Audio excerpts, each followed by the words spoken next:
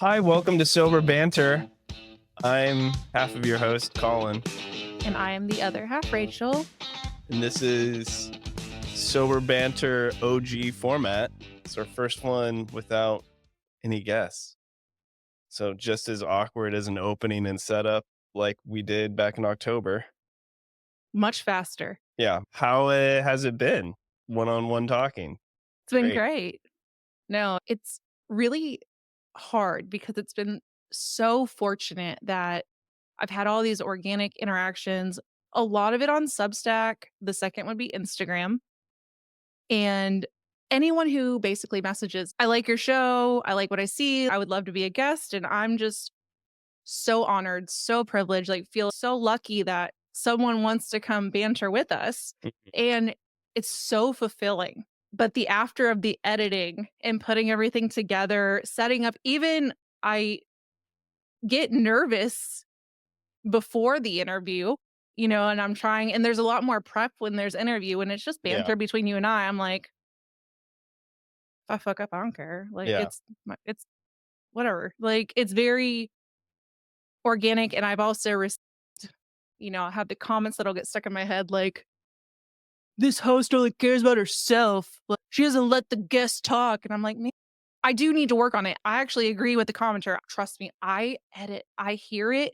And there's nothing worse than cringing 7 times, rewinding to make sure you got the cut right as you're just constantly messing up and you're talking over. Now I've started recording separate tracks because that way I can mute myself on the edit at least. And doing interviews, it's just not easy. We've been fortunate that every single person we've interviewed is so sweet. They understand we're new. They understand we're not professionals. They're just, usually most of the time, they're just happy to banter with us. Drunk self would not want your voice to be muted. You would always be like, you need to hear my thoughts now. And let me tell you about my situation growing up. And it's hard. It's rewarding. It's really rewarding. Again, there's not one person. We wish we had more time, that we don't want the interview to end. A lot of times we're going over.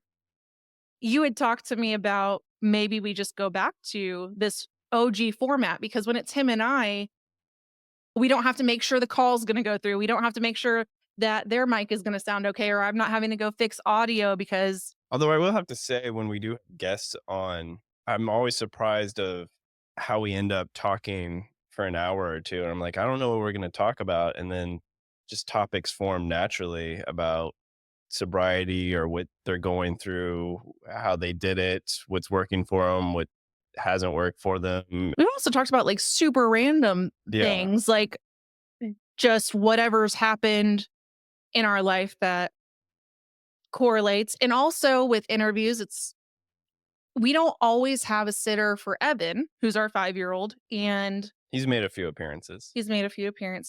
And when it's Colin and I, we can start and stop whenever. Why is it that this cat comes around when we hit record? Well, when you're not here, he just sits in that chair and pretends to be you. The other thing is I'm like trying to read about improving my interview, which also leads to the podcast, which apparently, if you are a good structured podcast, your intro should be name, show, and then like an explanation about what our show is, which we never do anymore. So maybe this is a great time to be like, hey, Colin, what are we doing here? What is sober banter? Other than like the literal banter of being sober. Talking about going through life and seeing things through a sober perspective. And I hate the word subscribe. Well, I shouldn't say hate. I don't like using the word hate in sobriety. There are not very many things I hate, because if I do, 4th step is needed, or 10th step, whatever. I hate the Luka Doncic trade. I do hate that. Give me Luka back. What's surprising is I've been looking at Lakers Luka shirts. He was sober when he made that trade. Usually it's when people are effed up or drunk or high when they do really stupid things. But Nico Harrison was probably 100% sober. I don't want to think about that right now. I'm in a good. Yeah, there's actually a 12 step for that. Yeah, I'm really mad at basketball, but I have been shopping for Luka shirts. I'll take a Luka Lakers shirt. So But then all the ones I like that are the soft material, and I'm like, I don't know that I wanna go so far as just a Lakers shirt. I want a Luka shirt. Yeah. A lot's gone on in the last few weeks, and we should probably say also happy Valentine's Day because I think this is the one I wanna put out tomorrow. Where you're in pink. No, I just went to the doctor today, and it's been a really rough couple weeks medically wise. First off, the flu went through our house. I We're wanted getting something big and cozy, and my son called me fat yesterday, and he's like, "Mommy, you're fatter than daddy." And I was like, "Thanks." with those his exact words though. Yes. Okay. Yes, that's why it hurt. Did he apologize? I mean, he's not wrong. You just don't say that. I don't need to hear that. He also told us a couple days ago that he could only love one of us. So yeah, one day's your day, one day's my day. Yeah. He's like preparing for divorced parents. Evan, you don't say that. He also said the F word in class in kindergarten He's like, what the fuck? because one of us uses it around him or plays rap music that she forgets the lyrics to. He loves all the Sonic soundtracks, and so he'll be like, the play "Run It" by Wiz Khalifa and Kid Cudi, and "Da Talasa," and $5. Great artist is appropriate for a 5-year-old. what's the Kid Cudi? Not the Pursuit of Happiness, the other one. Oh, day and night? Day and Night. Yeah. So, anyways, probably not kid appropriate. And then I'm like, oh yeah, I remember that song. We couldn't think of the name. It's I Spy. And we put that on. My son loves that song and everything about that song in that song, even the clean version, not for a 5-year-old. Yeah. But he loves it. And I love it. It Like, opens up with, "Man, fuck these kids." So I'm just like, "Do you not remember anything about this song?" oh, talk about getting a girl that they don't even like. They're gonna send her home with her throat throbbing. Yeah, he chokes her and they get a little rough in bed, and he's like, "Go with the I night don't throbbing." know if he chokes her with his hands, though. What do you mean? Why would someone's throat be throbbing after a sexual Oh my encounter? god. Yeah, you don't even know that's what you're introducing to our 5-year-old. I don't know which one's worse. Like, I don't know, the way I took it is like, this is my Why so now Kobe LeBron moment again. so you were a fan of that song, but you're like, "But there's a little bit of domestic Oh, violence to yeah. it, so but it's okay, I can get past it." So now you're It's realizing got a great beat. it's not domestic violence, it's actually different sexual. I also didn't know that the Not Like Us was about Drake. I just like the beat, I and didn't know I've only heard the main chorus until the Super Bowl, and I love that song even more now. Like, there are so many levels to that song. I love it. I love and he did a song with Taylor Swift, right? So I'm already a yeah, but fan. his whole bit is all his music's very Very artist. yeah. Yeah, he's like Taylor Swift. That's why they did the artist, the one with, the dollar bill in the tub of on Reputation, "Look What You Made Me Do" is the song he did with her. Yeah. Anyways, so I've been a fan of his for a while, and I know a lot of the Swifties were probably happy because, again, he's very deep. The way he looks at that camera, say Drake, I want that level of confidence. That's my goal. I wanna be that confident. He looks so happy. Say Drake. Yeah. Getting Evan to jump And the A minor, in. that's a music hit. That's obviously a play on words for it's A minor, but oh my god! And his big letter A for the A minor, I like, love having damn. that white household suburban mom Swiftie break down the He's like, "Hi, your little sister." Like, oh my god, that's funny. it's amazing. And, like, there is so much depth to that. I've watched the Super Bowl halftime now, so many, and then his little peekaboo intro too. You can't the first time you see it, you don't understand it, and then you watch it, it's like it hits you on different levels over and over, and that is How what a many times good have you artist watched the half show? probably 50 Okay. One clips. time. No, I didn't see it in full 50 times, but I've seen transitions, and then the Serena Williams, like, she looks amazing, You've she's seen it in perfect. TikTok segments. I do my research sometimes, like, when I get interested in a topic, and Love it. so how's your family been? Ups and downs. It's a good thing about sobriety is that when something happens unexpected, you're able to go where you're needed and be helpful in any capacity. Because my mom, who's 70, was in her attic. When I've told this story, a lot of people go, "What is a 70-year-old doing in their attic?"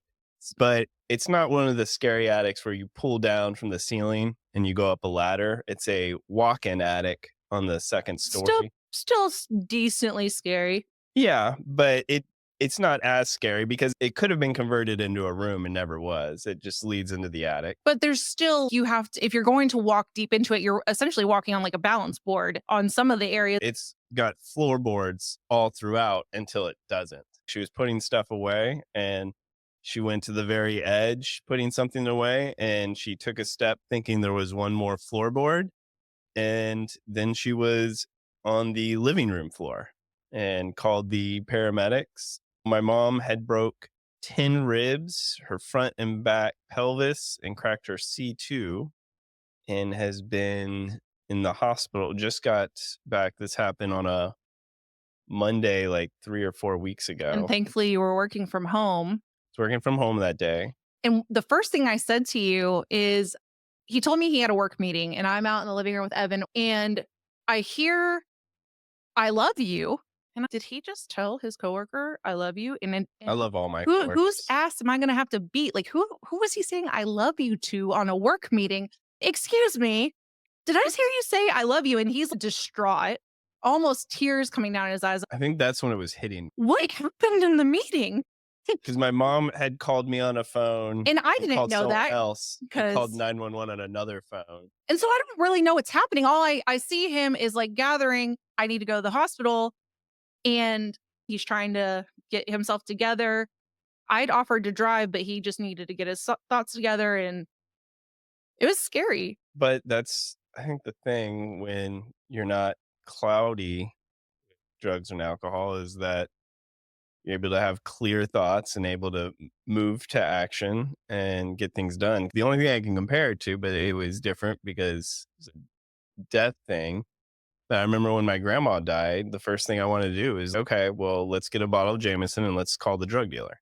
We did. And that's what we did to cope. It wasn't really healthy coping. It was really just an excuse to just Not get only what that, we wanted. but after the funeral, we had to drive to the reception after with your mom at Jasper's. We stopped and got shots of Jameson at King's X. Remember? Oh, yeah. We deviated, and it's like we couldn't even handle we're like, "We just did a burial. We deserve to stop." And because we had to be quick, we're just gonna do, like, 4 doubles to Yeah. go. Before we had Evan, by the way, And in our head, well, it's kind of on the way. They're technically both west of where we are, but it's not really on the way. And if we were still drinking and my mom had gone to the hospital, I would probably be upset because that means I would have been burdened with all these responsibilities that be like, well, it's not my responsibility to take care of this or get this or do this or help with this. These are your problems. And I'm sorry you fell through the ceiling, but you fell through. I didn't fall through the ceiling. That's a your problem. That's a you thing where now it's okay. Let's get everyone together. Let's try to help. Let's, get my mom's partner help since, she can't be alone at night. So it's like, we need to find someone that will stay the night with her. We need to do this and that. And and the whole process, other than, when it first happened, I was kind of in tears just because it hit me and I had to gather all my thoughts. And I just needed to kind of get past that emotional stage of it. And once I did, everything else just kind of came easy. And it was just like, all right, what do we got to get done? It's this, this, this, this, and let's do it. And I was never really, I'm still not scared or nervous about any of it. I know it's going to get handled. I know it'll be done. And my mom's back home, and she goes to a outpatient service where like 2, 3 times a week to do physical activity. The good news is that she's in really great shape. My mom swims competitively and has world records for her age in swimming. So she's actually ahead of where she should be just because of what great shape she's in and her lung strength and everything. So, you know, she's not your normal 70-year-old that no. fell through the ceiling. And when we were drinking, I think drama was just more attractive too It was a reason to versus drink. I will say this, I've been told Rachel this, because I know she'll probably have different thoughts on it than I will.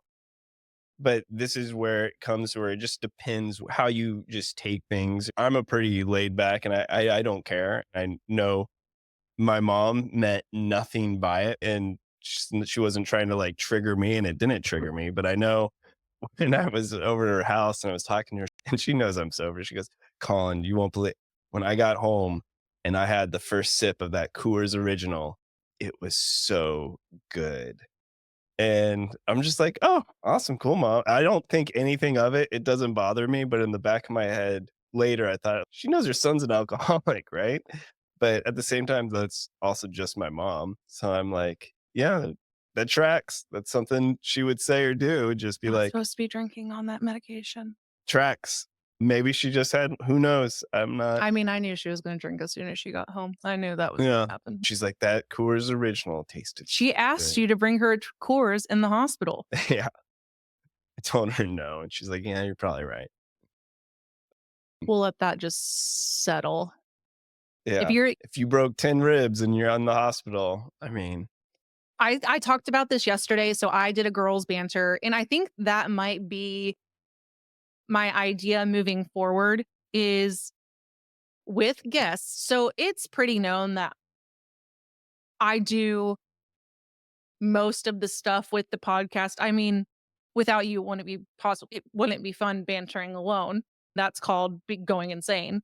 I might just have like a spin-off of banter with friends or something, sober banter with friends, where people that come on the show, it'll be just me. And that can be during when he's at work because he works a full-time job.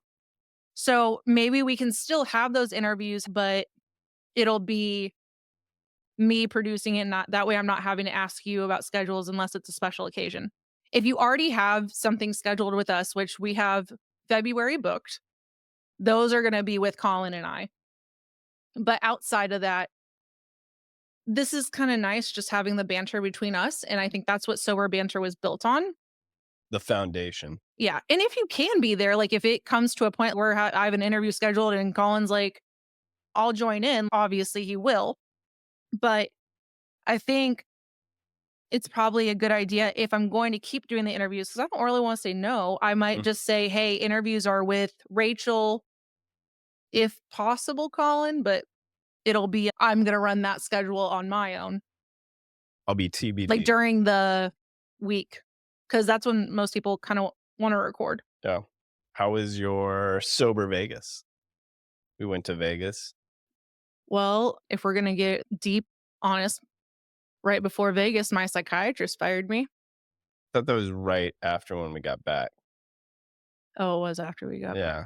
I mean, technically, the problem started the week before Vegas, and I was having big energy, focus, fatigue issues that relates to my autoimmune, Mm, and he's just not an autoimmune psych. It's really hard. There is having so many doctors is because they all intertwine with each other. It's just difficult because with my rheumatologist, it's a lot of trial and error. yeah. And they redid my lupus panel today, and then I have to go get 2 biopsies next week. So I felt like shit in Vegas, but and I'm stopping 2 medications today, and it sucks. Because it's like a week transition, and they're antibiotics or biologics or so it's just a lot, and my blood work keeps coming back inflamed, and I keep having high inflammation and oh, yeah, so transition to that, I'm trying to take in control what I can take in control, right? So not only I signed up for outpatient therapy to try and help with inflammation in my wrists, my neck, and my feet. It makes it hard to work out. I used to like going walking, running, yoga, and then my hands and legs, I would go numb to the point I can't feel them and I'd have tingling. So it's really dangerous. In the middle of class, I would not be able to feel my hand. Not normal. Right. It's part of Sjogren's, lupus, Mhm. whatever. And things have just slowly gone down. And thankfully, and that was another layer of being sober, we were able to figure out with your mom because Colin is also the power of attorney. So when she had surgery, he had to be there because he is in charge of if something were to happen or they needed to In case get I need to pull consent. the plug. No, Yeah. We had that talk. Mom, you're not gonna die. And she's like, but I don't want to be a vegetable. Okay, but it's gonna go fine. I wasn't worried about Lynn Pull the dying. plug on you too. What? Go ahead, sorry. Anyways.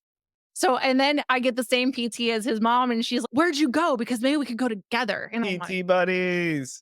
I feel really old now. And I'm just thinking, because I'd asked about chiropractor, and my doctor really went against the chiropractor only because when you're having inflammation and you're having a high CRP, Mhm. you just don't want anything to get overly hurt. And I think physical therapy is so much easier on the body and it's actually covered by insurance versus chiropractor, I think is just like a discount of some sort. Their So chiropractors aren't technically real doctors. that's what he said. Technically, they go Yeah. get licensure, but it's not like physical therapy is what he had recommended. So I signed up for that. I also signed up and half due to Nate Baguette. Bargatze talking about it, but I got a Whoop. Whoop whoop. Okay. So Wait, what? When did that happen? I Is it ordered a try it before trial. you buy it? Yes. Okay, good.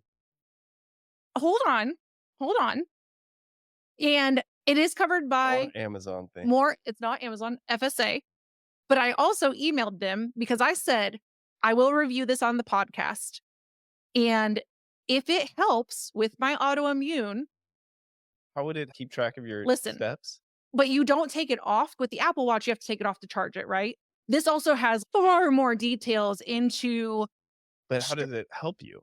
so it gives me reports on Okay. where's my phone? So I just want to tell you because I haven't told you this even off air and I wanted to. Hold on. Does it tell you sleep in? So it tracks when you sleep, it tracks how you meditate, so it's supposed to be to help build how you go about your recovery. Uh-huh. It asked me if I was yesterday it said your stress level was so high. It asked me if I was doing an intensive basketball workout. Like it showed someone dunking on the hoops because my stress level was so high. From the Luca trait?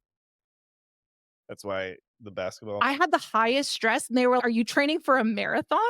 Does it ask you condescending questions like the Apple Watch? No, it's more of just a report. But anyways, so this might be an insight to, hey, I got to get my stress down. Oh, I think Evan's home. Hold on. Pause. Hi. Yeah. Hi, Evan. We're gonna meet you today. Happy Valentine's Day. So tomorrow at school, you're going to get and give Valentines from everybody. Yeah, and even the SpongeBob thing. Yeah, we're going to do the SpongeBob with the wristbands and I'm going to sign your name on it so everyone knows. And SpongeBob SquarePants.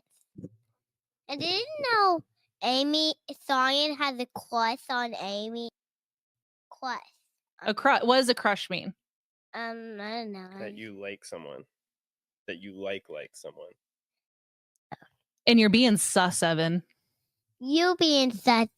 Sussy. What would you want to tell someone tomorrow for Valentine's Day? What would be a good way to start off the day? Happy Valentine's Day. And Happy, maybe happy. eat chocolate? Chocolate. How should we celebrate tomorrow?